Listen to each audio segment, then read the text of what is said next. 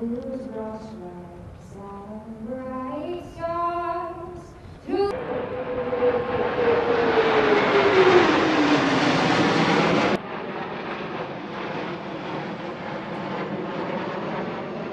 this afternoon, the jet truck is going to race one of the exotic automobiles, which is ought to be rather interesting.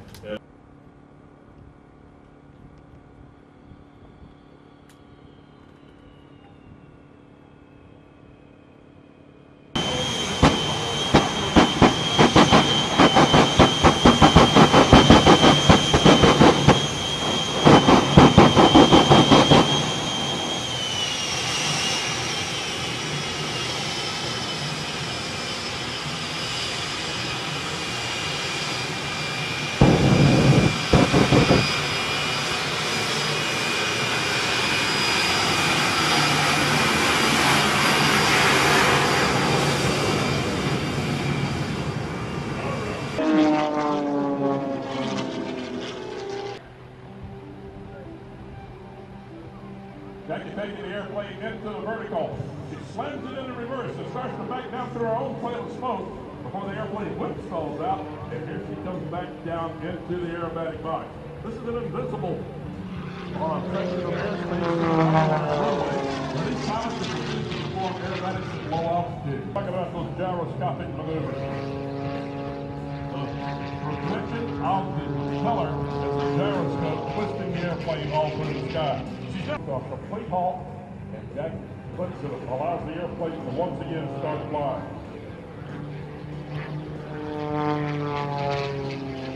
But she got banged up pretty good, but unfortunately the airplane got the worst of it, and she had to replace it with this extra.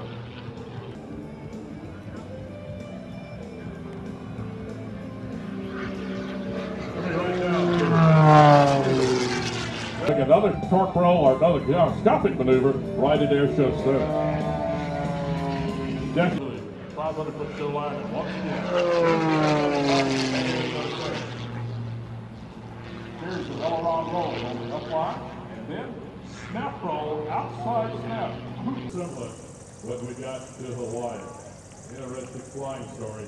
Loading the airplanes into a C-5 and going to and Jabara had shot down 4, having had an opportunity to shoot down any for a while. The tactics that overcame the big fighters, where they ended up with a tremendous role to incorporate an onboard weapon.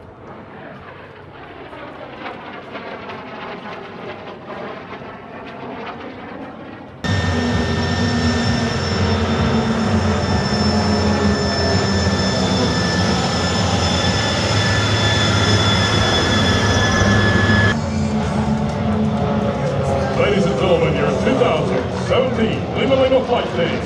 Number 1, Skip Aldos.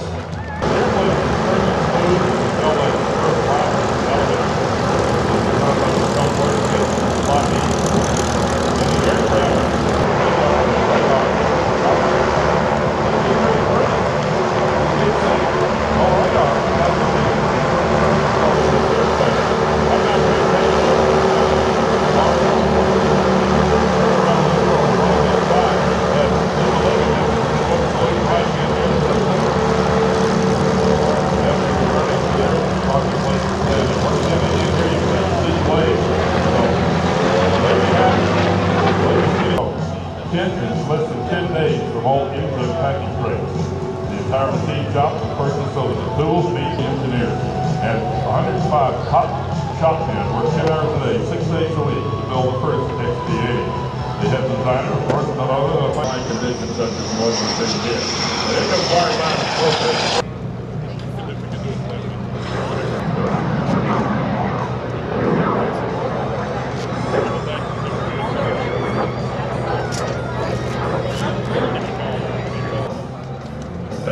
Continuing to climb this here, get the nose down. Hey, there's a runway. We're ready to go right.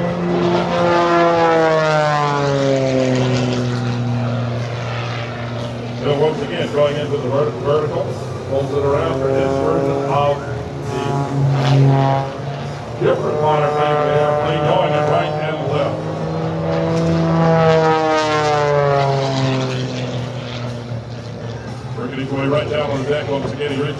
again inside of the aerobatic. Here in World War II, we got this American ace where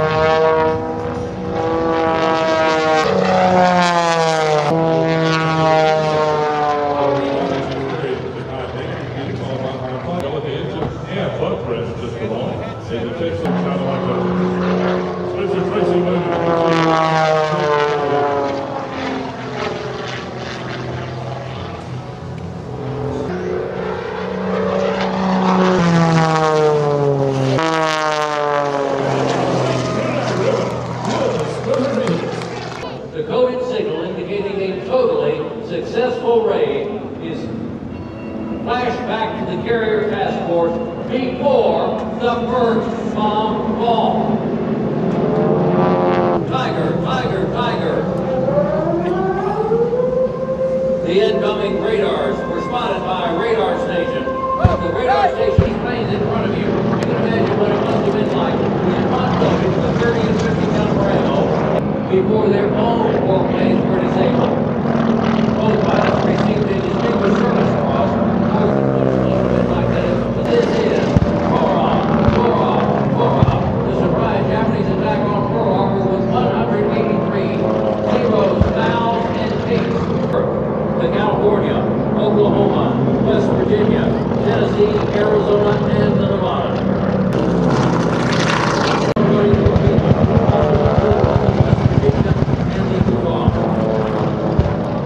These gates were equipped with special shallow-running torpedoes designed specifically for the attack on Pearl Harbor. You see, the shallow waters at Pearl Harbor had the Arizona through her forward magazines and exploded, touching off 100 American servicemen in an year of 1903 Springfield backward. In some cases, our soldiers were able to get the 30 caliber and 50 caliber belt and machine guns into action, participating in any formal fashion. But that was about to change because of what 1941. We take it back.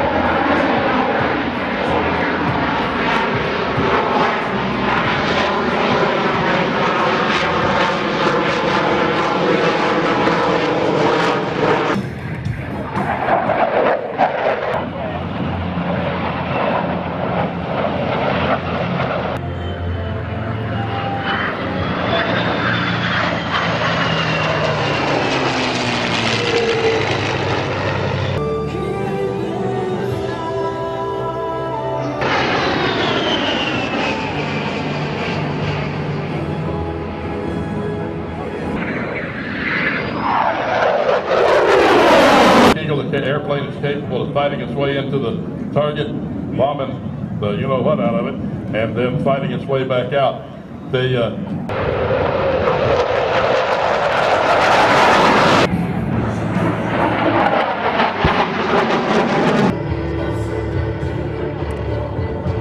Situation.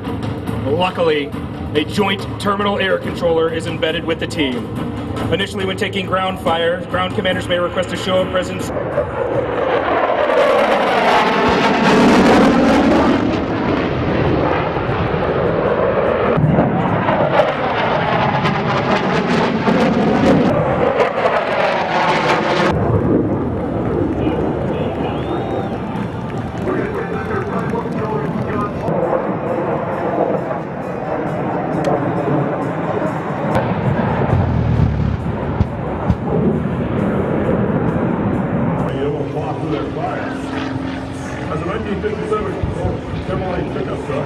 From McPherson, Kansas, Lieutenant Lance Benson.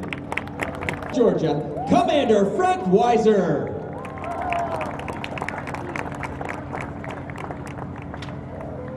Flying Blue Angel number 6, the opposing solo from Kennesaw, Georgia, Lieutenant Tyler Davies.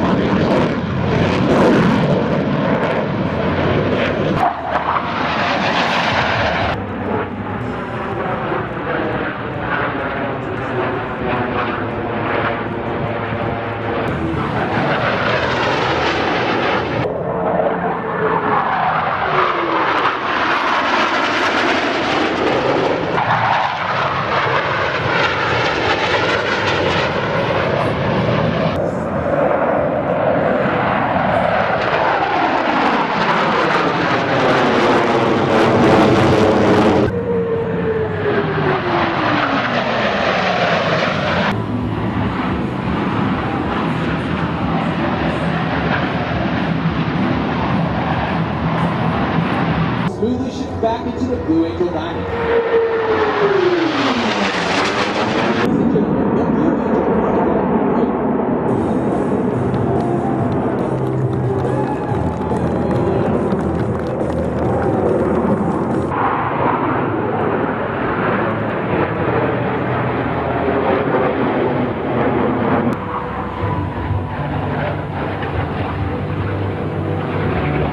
And in a separate direction.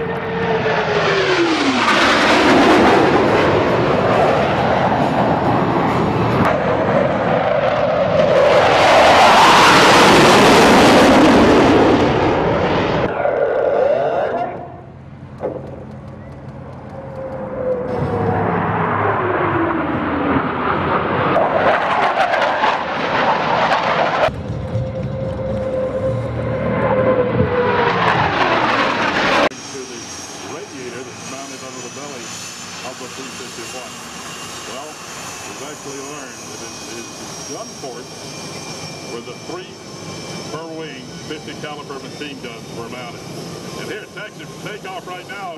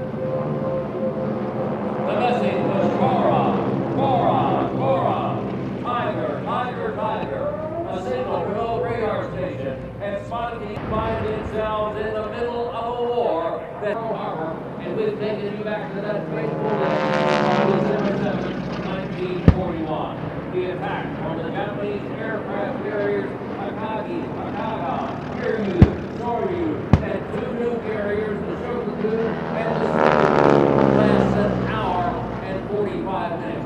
Imagine, just as you see in front of you right now, wreaking havoc all over Oahu, Pearl Harbor, and Field, the main targets are all over the island. The Cape torpedo bombers going through with the torpedoes being bombed. We'll talk about it in just a moment.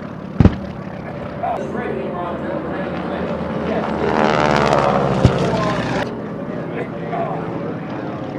When the first bombs began to fall, Army aircraft pilots cannon are in full air bombs.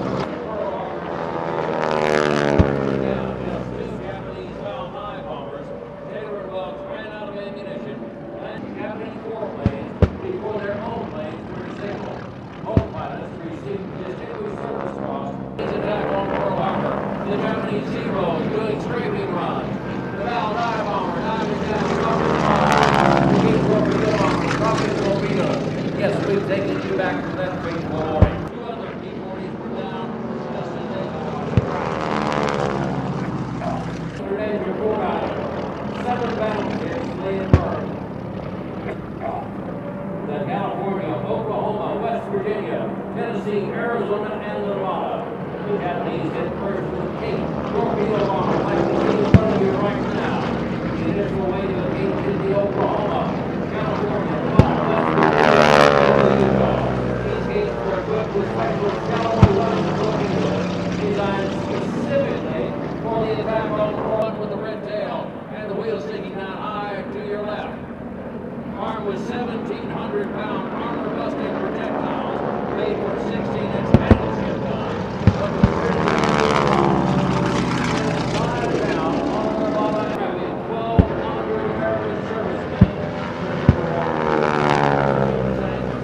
Less than 3 minutes. Yes, ladies and gentlemen, when 9 Zeros attacked the base, he stepped out of his guard shack, threw his pistol, and then fired. A flight of 16 feet. Supposed to be in and mistaken as radar, the Japanese raiders were mistaken for them. They finally get there and are immediately attacked by the Zeros. B-17s were shot at by friend and foe, and the flight crews landed wherever they could. You can imagine what they thought at that time. 41. 100 fighters and bombers passed for seriously, coming in from the right, the Cape torpedo bomber with those special shallow running torpedoes. At the conclusion of the surprise, introduce each of the pilots to you.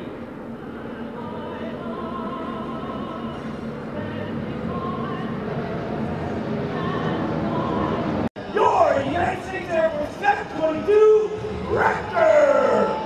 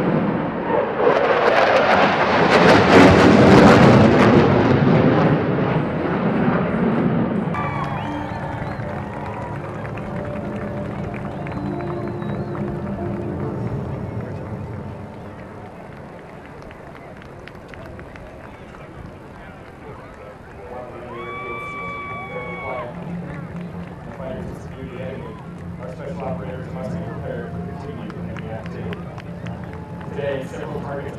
Check on my messages, we want to check. I'll be loud and clear, we have fire to fact check it.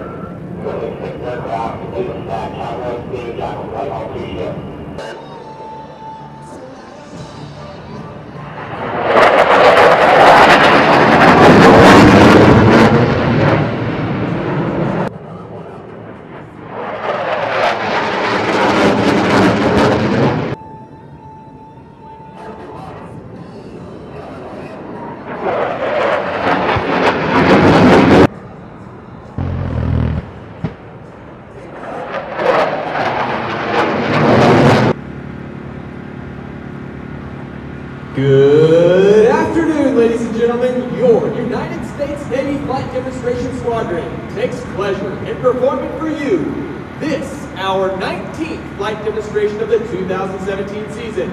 I'm Lieutenant Brandon Hepler, the narrator for the Blue Angels. Since 1946, the Blue Angels have had the unique privilege of demonstrating to the American public. Here at Seymour-Johnson, we will demonstrate these maneuvers at very low altitude, in traditional Blue Angel formation, so that you may see and take pride in the precise fashion in which your Navy and Marine Corps pilots are trained to fly. Now, direct your attention to the ramp before you. Observe the military manner in which the 6 demonstration pilots approach their aircraft and are saluted by their crew chiefs. Number 1, the commanding officer and flight leader of the Blue Angels, from Los Altos, California, Commander Ryan Bernacchi.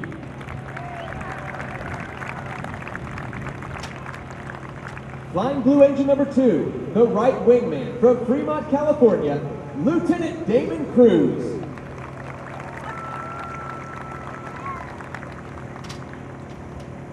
Flying Blue Angel number 3, the left wingman from Danville, California, Lieutenant Nate Scott.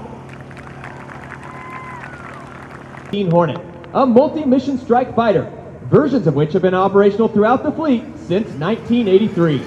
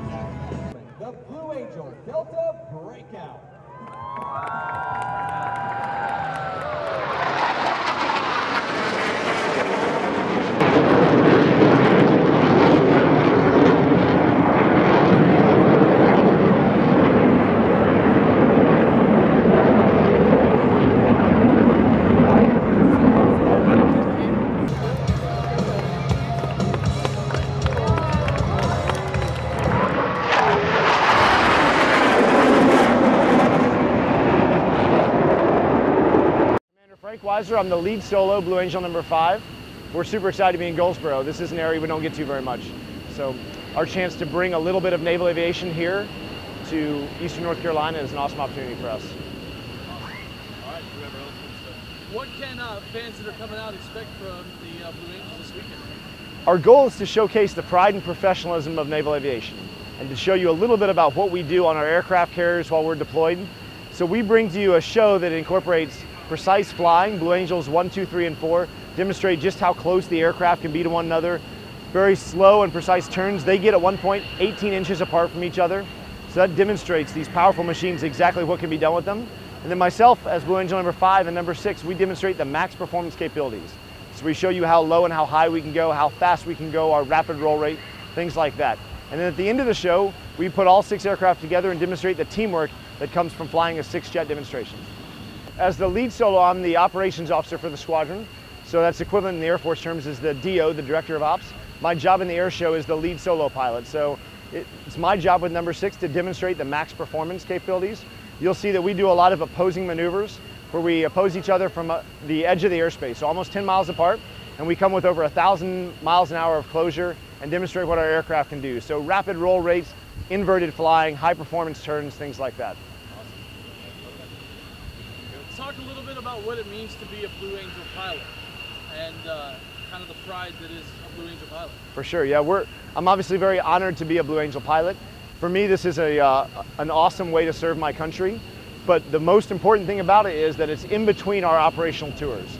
And what I mean by that is, our reason for serving is to deploy on board aircraft carriers and support the men and women on the ground that are in harm's way. As an F-18 pilot, our aircraft is capable of shooting down enemy aircraft, but also dropping ordnance on air-to-ground targets. And that's what we're trained to do. And that's what I've done a great deal of. I've been deployed on multiple aircraft carriers through all the different operations overseas right now. And us flying and supporting the men and women on the ground, both daytime and nighttime, is what we do. Now, on tours where we're in between that, the Navy gives us what we call a shore tour. It's a chance to be a flight instructor or a test pilot or a weapons school instructor. And it's during this opportunity in my career that we can come to the Blue Angels and be airshow pilots. But really for us, it's not just about flying air shows, it's about demonstrating the pride and professionalism of our armed services. And it's what people sometimes fail to grasp about the Blue Angels, is that it's not about the air show, it's about us showing what our men and women are doing right now overseas. The problem is we can't take our aircraft and all of our people to an aircraft carrier overseas and show the men and women of North Carolina what we do at sea. And since we can't show them that, we bring it here. We don't fly with the G-suit in the cockpit. And so I get that question a lot, is how do you get by without flying with a G-suit? Why do you not fly with the G-suit? The reason is the way we have the aircraft set up, we put a spring in the jet. That spring allows us to have some artificial feel, but it equates to us doing about a 40-pound curl for the entire flight, which makes it a very physical experience to do that over the course of the flight. Also, the heavy G-forces throughout the flight becomes very physical also.